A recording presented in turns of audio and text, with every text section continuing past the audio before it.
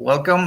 Good afternoon. Welcome. I apologize for the technical difficulties, but I think we can keep on going. So today's presentation is about the Medallion Architecture for data engineering. If you've ever been caught up in problems or in situations at work where you have to, you have your data engineering project, but there is really no formal process or approach to execute that project.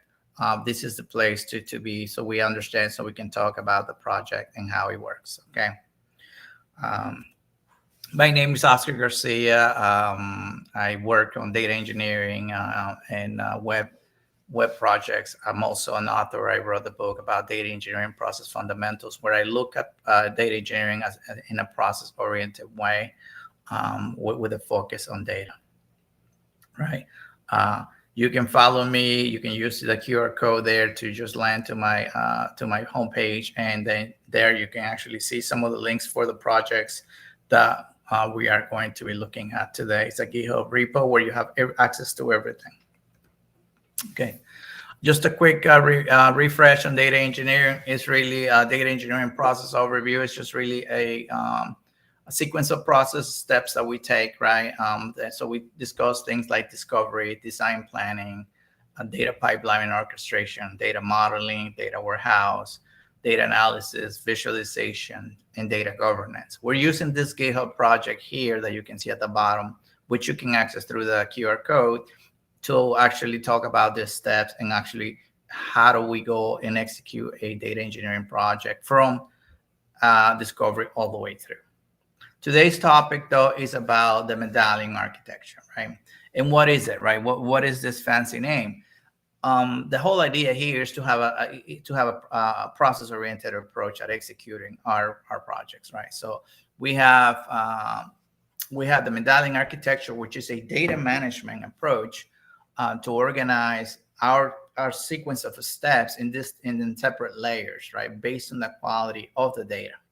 Right. So, for example, we can have as a source a batch process like JSON file, CSV, or data streams. Right. So, how do we go about to consume this data? How do we ingest that data? How do we process? How do we optimize it so it's useful for dashboards and data science projects or whatever other need that you have? Right.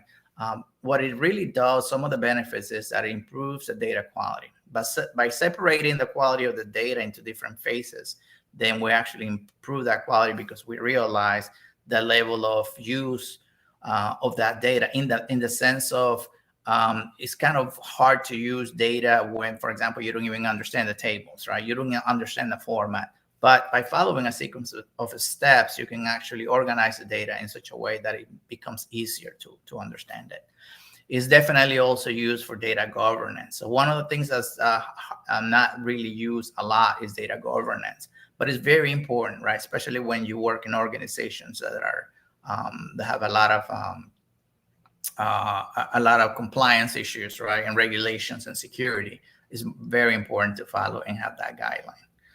Accelerates insights because the data will be optimized for business use cases. You'll be able to use it easier as opposed to like hiring a developer or SQL developer that understands and how to work out with code the data. This is to present the data in such a way that's easy to understand. And of course, because it's so optimized, it will scale, right? It will enable you to consume that data and process that data, and will also help you. Instead of downloading or querying tons of data because you don't have it optimized with the right index and partitions, then the cost of data bandwidth will be less. So it will be more cost efficient. So we start with the row zone, right? So the row zone is really the foundation of your data lake. So in this kind of projects, usually what you do is you consume data through batch process or through data stream, and you don't dump the data directly to a database, right? Because you don't know the data format. You don't know the data you really need to consume, how to process it. And also at the same time, you need to actually be able to have some kind of data retention policies. So in a way, it's kind of good to already just process that data into a data lake, for example, apply some data retention policies in there and use that source of that data as maybe external tables for other systems. So for example, If you're working on a data warehouse, if you're working on a SQL server, you can actually point to data lake locations, and you can, using certain patterns, you can consume JSON files, CSV files, and so on, to be able to query that data as an external table. Of course, the performance is not good. It's really not that good for performance and for analysis, but it's, at least it gives you that staging location where you can actually use the data, right? The benefits is that it helps you preserve the original format of the data, so you can kind of have, if you need to troubleshoot, if something is missing, you can go back. Enables your data reprocessing, which means is now we have it there. How do we transform it? What do we need to do to make it easier for us to consume? And supports data lineage and audits, right? So it is important to understand where this data come from and how is it moving through the system, which is very important for data governance, okay? So let's take a look at how that can be executed, right, in real time, in a real use case. So for example, let's just give you a little bit of background, right? So for this project, and this is a project that if you go to that GitHub repo, you'll be able to see all this information there.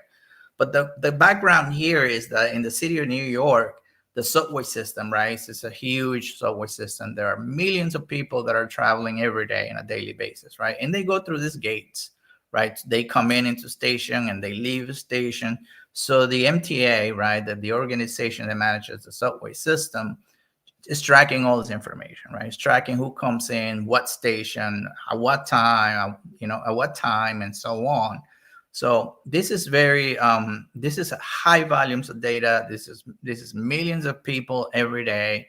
So it is really, it's a big data use case.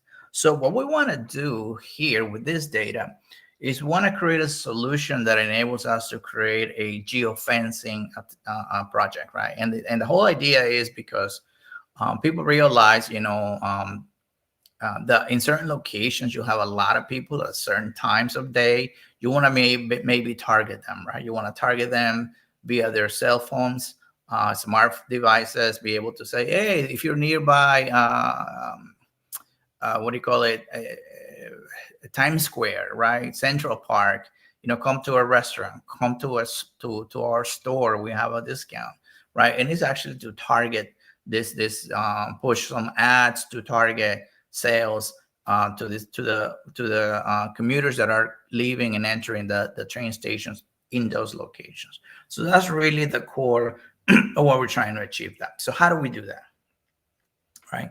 So let me just quickly check. Everybody is still we're still in here, right? So okay, let's go ahead and continue. It'll be difficult for me to kind of look at some questions right now because I'm gonna have to be switching. I don't have my since I have to use that private room, it's a little difficult. But let's go ahead and let me increase this up. So what you want to do is quickly, you want to, once you open this project here, this GitHub repo, right? You'll see that there are a lot of different folders, right? For discovery, cloud infrastructure, which is design and planning, orchestration, and so on. And you want to take more time and read all this information for you to have some of this background and some of this understanding of what we're trying to achieve here. But the end goal is really to create an analysis dashboard like this that is available, right? You can click through here and it will load into the, let me just not get out of there yet. It will load into the browser and we just let it load there. And the idea is to achieve that. So how do we get the data there, right? And how do we use the Medallion architecture to do such a thing, right? So here you will just go back here and get some data. And just load data that is from the past. So we went back to March to load some data, and you can see. So this all the information for this is there on that report. So let's go back, and now how do we do this, right? So how are we managing this data? So to get some of the understanding of the data, you can visit the discovery folder, and you can read all that. And it's a big, this is a big project. So right now, we're just going to focus on the Medallion architecture and how do we apply it to an existing data pipeline. So for us, our data pipeline starts on step 3, right, which is orchestration. So here we have our flows, all of our code here that enables us to process data in a batch process and sends that data to a data lake, right? You can also have the step 6, which is data streaming, which does the same thing, but for a data stream, real time, and it sends that data to the data lake. And the end goal is to have a common pipeline so we can apply the architecture, the Medallion architecture, where we actually get the raw data and we got to go through the steps, right? So what are those steps, right? So we talked about the row zone, right? Row zone is where we actually get all the data in its raw format, right? So if you use this Jupyter notebook called Data Lake, which is in the step 3 of our orchestration, and if you run it right, you can run the cells and you can see, basically, you'll be able to import the libraries, pandas, which is it's a powerful library, Python library, to be able to use data processing, right? And we're going to load all of our bucket information in our project. So we're going to use Google Cloud for this project, right? So what we're going to do here is just really quickly, we're just going to look at the API here, Google API, and we're just going to call and say, hey, give me a list of all the files that are located in the data pipeline, right? In the data lake, I'm sorry. So here we see that we actually have, for example, if you look at the ones that don't have the word batch in it, which is going to be a little bit of the ones that have the batch word in it, they're data streaming batches, meaning if you understand data stream with Kafka, right, and Spark, they work on mini batches and they create that naming convention. You can change that, but anyway, so focus on these files here. So we have this file from March 16, right? And if we want to take a look at what that looks like, we can query that file, right? And we can say here, okay, what's in this file, and what does the data look like, right? So what you can see is that we're displaying the path to that data lake, and we're opening up that file, which is a compressed file, and we're looking at what the data looks like. And all of this information of the data is in the discovery folder. It will go through the purpose of the data dictionary, the meaning of every field. But what we got to understand here, that this is the raw data that comes in, right? That perhaps the way it is formatted is not what we want. And if you look at it, you don't understand we're going to have to normalize this data a little bit and work on creating dimensions and so on and so on, which we'll go through that in a moment, right? But the idea is that now we can process this. And how do we do that, right? How do we process that? So within this folder, if you go to the flows folder, you will see some Python files. And these files, really, what they do is they basically process the data pipeline, right? So you can call this through the CLI, pass the arguments of what you want to, what data you want to download, which is going to be a format like this, with a date and a GC extension. And this will go through that code, download it, and move it up to the data pipeline. But we're gonna do it through an orchestration approach, which means is we're gonna build flows that are higher level functions that enables us to add metadata to our working functions. So what that means is we want to be able to log every step of the way and understand that, because that is compliance with data governance. That gives you traceability. That tells you what are we doing, where is it failing, how to recover from the problem. So it's really important. So where you see that now, we're adding telemetry information to our process, right? But quickly, to run that, then you can just look at this data flow Jupyter notebook file, or you can run it through the CLI and do that. But the end goal here, if you read the entire project, is to actually use Docker containers for deployment of that. So there's a whole presentation on using Docker containers and all that. So here we're just really focusing on the architecture and the Medallion architecture and how to apply it for our projects. But anyway, so the idea here is that this gives you the instructions how to run this manually, right? And the idea here is that we want we want to take a look at what the row zone looks like, right? So we're gonna download another file, right? So we know 316 was the last file downloaded, March 16, and we're gonna download then the next Saturday. So the thing is, if you read the requirements in the discovery, the batch files are available every 7 days, right? So the next file that's available is on the 23, and we're gonna just run this through Jupyter Notebooks or through the CLI, whichever way you want, right? And what you're gonna notice is that what this is doing is calling this data pipeline, right? Python data pipeline, and it's just going out there and it's just processing the flows and it's processing some tasks. And what you see is that we're logging all this information. All this information is being tracked for us to have traceability of what is happening, right? And this is a process that's downloading this file, moving it up to the data lake, and once it's done, we'll be able to see it, to look at it the same way we did the other files, right? The other file that we looked. So this is just processing, and it's just going out there. And if you continue to look at this other Jupyter notebook, you can monitor what the activities, right? It will tell you how to run this, what is running, and you can just go ahead and continue. And this will just tell you what is happening on the cloud, right? Because we are actually logging all of this in the cloud, and we can see how this is running right now. So we see a few seconds ago, 52 seconds, and we see the name Charming and a stick something. These are the names of the flows, Charming Seal and Slick. I'm sorry, I read a stick. Slick, Ladybug. Those are basically the tags for those particular activities, right? And what we see now that this it already took a minute to do this, so it's done, right? So what did it do? Okay, we go back to this file and we actually query the data lake again, and we're gonna see that there's a new file in there, right? So we can see now that we have the file from 23 that we just added, right? So this is a new file that we uploaded, and it's in the data lake, and we can query it and do that. But as we saw, is now it's in the raw stage, right? How do we take advantage of that and use it now? Okay, so how do we do that?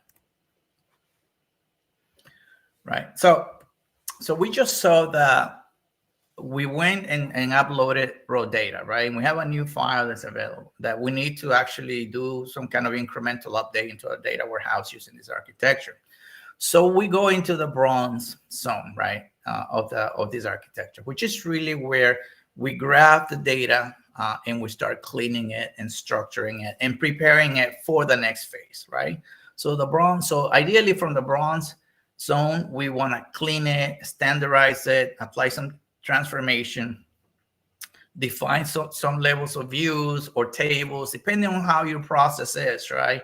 And in our approach, our bronze area will be, because we have an external table we can use, we're going to do views to basically apply some of this basic transformation, typecasting, and understanding of the structure of the data. And this basically what it does, it gives you this sort of logical model that you're building, right? But it still relies on an external table, so the performance is not that good. But at least you start building out the structure, right? So what this does, it improves as data quality and consistency. This is much better than using an external table. Right, and it gives you now a foundation of what are we going to do with this, a better understanding of what the data looks like and how you can use it for analysis, right? And it gives you the ability now to, as an analyst, to start doing data exploration and discovery to understand clearly what kind of business use cases could be applied to this data, right? So, and once it's in the bronze zone, then the next step is to now improve this, right? And we move on to the silver zone, right, where we actually now have a refined and optimized data. So in this case, this usually is now where we actually start creating. We move from a logical data model into a physical data model, right? That's usually now where we actually know now, hey, we understand this data from a logical standpoint. Now we can create the dimension tables, the fact tables. We can decide whether we normalize the data, denormalize the data, and so on. So we have the ability to do all these things at this point, right? But it's not it's not completely done, but at least at this stage, you have an improved query performance. It really is becomes easier for self-service analytics because it has a structure. Even though you're going to have to do join, for example, you're going to have to start saying, hey, select from this table, inner join that table, and so on, which takes a little bit more, but at least is there for that level of analysis. And it reduces the query cost because now it's an optimized table, and is not going to load a lot of data doing like table scans, page scans, and all those things from the database. But ultimately, this is not good enough. Now we need to go into the gold zone, which is really now where the data is completely curated for some kind of business use case, right? It is really where we actually end up making the data very fast because we have complex transformation and we're optimized for business use cases, right? So basically what that means is we kind of creating data marts, right? We create data marts, specialized data marts, where we actually now say, this is for accounting, this is for finances, and so on, right? And the data at that point could be also aggregated. So instead of having, like in our case, right, there are millions of records for the subway system. Maybe we need to aggregate the data. So instead of just showing, single records per person, we can say in a window of so many minutes or hours, we had 10 million people, right? And you start aggregating, optimizing the data in such a way, right? So often the case is your data is materialized if you were using views, optimized with partitions, and secure and with data governance regulations on it. And data governance is important, right? Because it gives you the benefits of understanding who owns what and what's the purpose of that data and how is that data created? How did it get there? So so this is really where we want to be. This is the level where we want to get to, right?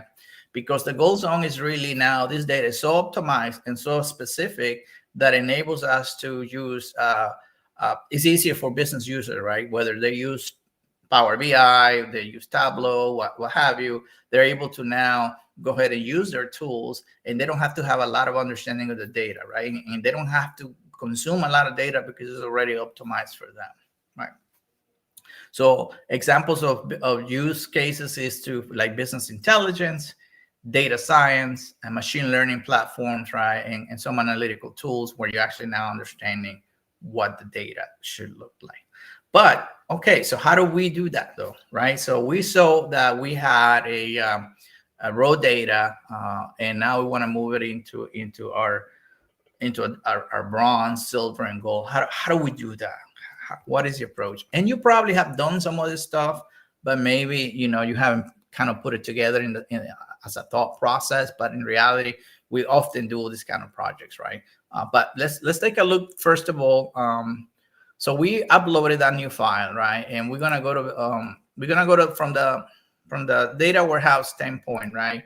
We're gonna go ahead and load our libraries, and we're gonna load our project and our data set, which is our database, right? And what we're gonna do is here we're gonna just load the API, query the database. And we just really quickly are going to take a look at this table called external turnstile view. And this is a view really that is working as an external table from the data warehouse standpoint, right? So this is really looking at the files, at the CSV files, compressed CSV files that are there, and it's just querying the data, right, in its raw format.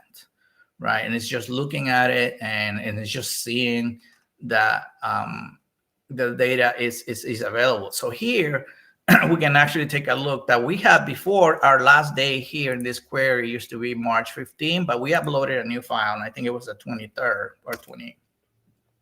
And we can query this and kind of see what is the new next day. So the latest day now is March 22nd. So what we just did is we uploaded that new file, and from the data warehouse, we can see the raw data and see that there's a new date, right?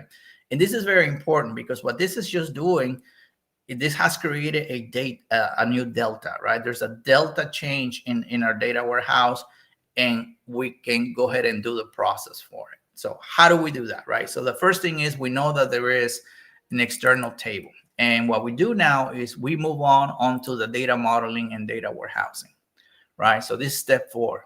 In data modeling, what you want to take a look is at the models, right? So in the models, you're going to have something called staging. And staging, if you remember now, this is really where we start doing now the bronze zone, right? So we want to look at this and kind of figure out, how do we do this? How do we start breaking this data down? And we saw example data here, right? So we saw that we have stations, we have divisions, we have dates, we have entries and exits, which is the traffic of people, basically. So we want to be able to break this down in such a way that we probably want to normalize this data, and we want to create our dimension for station, right? So we look at this file, station SQL, and here we're using the power of the data warehouse, and we're using SQL to be able to say, hey, we're gonna create this model here, and want to use this external table as our source, and be able to create this definition, right? And this is a view, so it will materialize as a view, and then it will help us start looking at our logical models, right? This is where we start getting these models. So the same thing, we do the same thing for station, we do that for booth.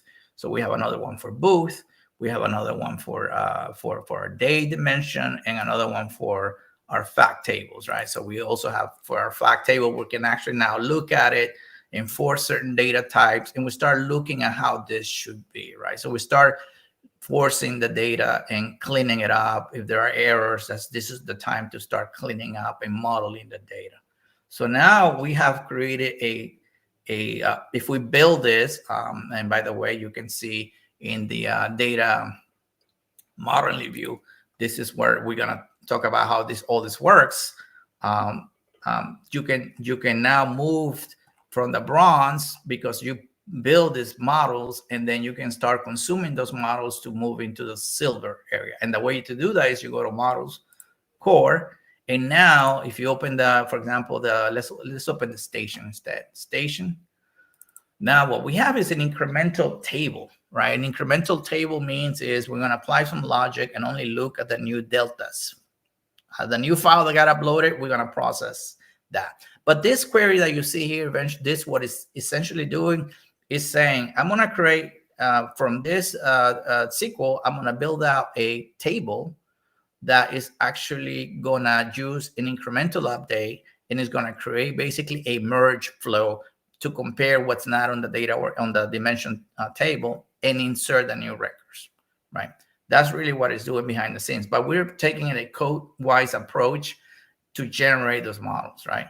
And if you look at the fact table, here we're doing the same approach. We're doing an incremental update, but we're also partitioning the table, right? We're saying, hey, we want to partition this by this table, by this fields, because we want to query by day, and we want to cluster by the station ID. Because usually what we're going to do is, for this particular date, I want to be able to see what locations, right? What station is the one that's mostly impacted by people and traffic.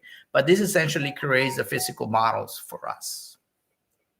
So at this point, once we run it and we build it, it will push all of that. And you can read every folder here. You can read the README file. And that's basically is going to take you through the entire process of how this works, right? It gives you background, gives you how this works, and how you can apply. But of course, we don't have enough time to go through all of those things right now. We just want to show you an overall approach. But at this point, once we run the commands, we build them. And how do we run the commands? Basically, we look at this file called, let close this ones here. The data modeling Jupyter notebook that is actually on folder 4 for the data warehouse, and we can understand how this works. What I just presented to you was the external table. We created a logical model for the station, and for that we create a fact table, a dimension table for a station. And for that, once we create our dimensions, we create foreign keys into our fact table. And what you see here, this is the lineage, right? What this tells us from a governance standpoint is that this is how the data gets to that fact table. This is how the data gets to the dimension table, and so on, right? And this is a simple design, a few tables. Imagine if it is something massive like companies are, it is important to be able to understand how the table gets created from a governance standpoint and audits, and be able to communicate it properly. Yeah, the fact table comes from this, right? Comes from a logical model and the station and booth dimension tables, right? And so on. But this is important, right? So, and you can run all these commands here to be able to build those models. So for example, we just added a new station, right? So we can just create this run. And of course, this is all automated, right? This, we're just doing it manually to show you, but it's automated and also deploy with containers, right? And of course, and it runs on VMs. So this is just going out there and saying, okay, I noticed that there was a new Delta. And of course, I ran and I processed this much information, but I found no new station. I found no new station. So, okay, so that's fine. So now we go here and we can do the same for booth. And we gonna just, you go ahead and just run the fact table. So this is gonna do basically a merge operation. So this, what it does, it goes to the data warehouse, see what's in it, what are the deltas that are available, and it's going to do this incremental update, right? It's going to go and say, okay, I found something new, and I'm going to merge that data. So we merge 200 and basically 253,000 new rows into our fact table from that single file, right? And it did it in almost 7 seconds. So this just gives you an idea that we are doing this transformation, complex transformation, but at the same time, we are keeping track of lineage and process and be able to manage this data. And this gives us, this aligns with the way the governance works. So, and how is this governance presented? So basically what you could do really quick is we could just run, because we won't have enough time. We'll probably run out of time in the next few minutes. Let's see. So if you run this command, basically what this is going to do, this is going to enable you to have a step 4 really quick. So what we want to do is we want to go to the folder. In here, we want to run our generate document, because we are enhancing the data with metadata. We're adding enough information, we're able to now generate documentation from it. And as you can see here, if you quickly look at our data, our models, we can see that, for example, our fact table, right? We have in it some of the data governance requirements. We have ownership, steward, right? Responsibilities for business responsibilities, right? Tags for whether the data is published or does it have personal identification information, right? And so on. So this gives you all of this information that compliance and the governance will require, right? How is it built? Who built it? Who owns it? When? How is maintained? And so on. This gives you the entire governance. So by following this process, basically, we just moved onto the governance of the project, right? So where we're actually adding the additional metadata, and we're enhancing our data to make it secure. And of course, there is data security, permissions, a series of other things that you can address, right? But definitely, lineage is important. It's often overlooked, but this is key for data governance, and documentation that enables you to identify such table belongs to such a person, and how is it processed and what is it used for, right? Essentially, the Medallion architecture is just really an approach, right? It's an approach of how do you do the process? How do you go from raw data all the way to data analysis, right? And how you do that. And essentially, you can follow this process to get to execute a mature process, so you can understand how to trace it back, how to recover from it, how to document it. And it basically enables you to improve the data quality, enhance data governance, accelerate insights, because you're in a more organized way and you can do this, right? And of course, it impacts the scalability and cost efficiency because the data is managed differently. Definitely, we cover a lot today. Please feel free to visit that repo. Feel free to read more and take more of your time. I'm recording this presentation, so I'll share that with you. I will send this material also so you can read about it. Go ahead and visit the GitHub repo. Read from the beginning, all the discovery process. How do we do deployments with containers and so on? Take a look at that book. If you're interested, it covers more detail, gives you more background, and you can use it if you're interested in growing basically on an enterprise quality level data engineering approach. This book is for you. At the end of the day, all the work that we did is really so we can impact this dashboard, right? So this dashboard reads from the data warehouse and it reads all this information. But I do want to thank everyone. Thank you.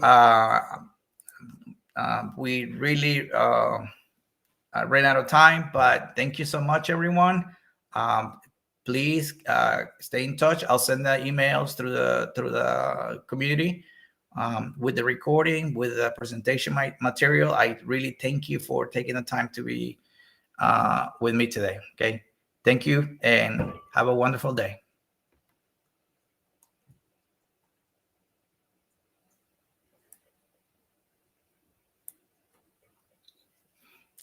Thank you, everyone.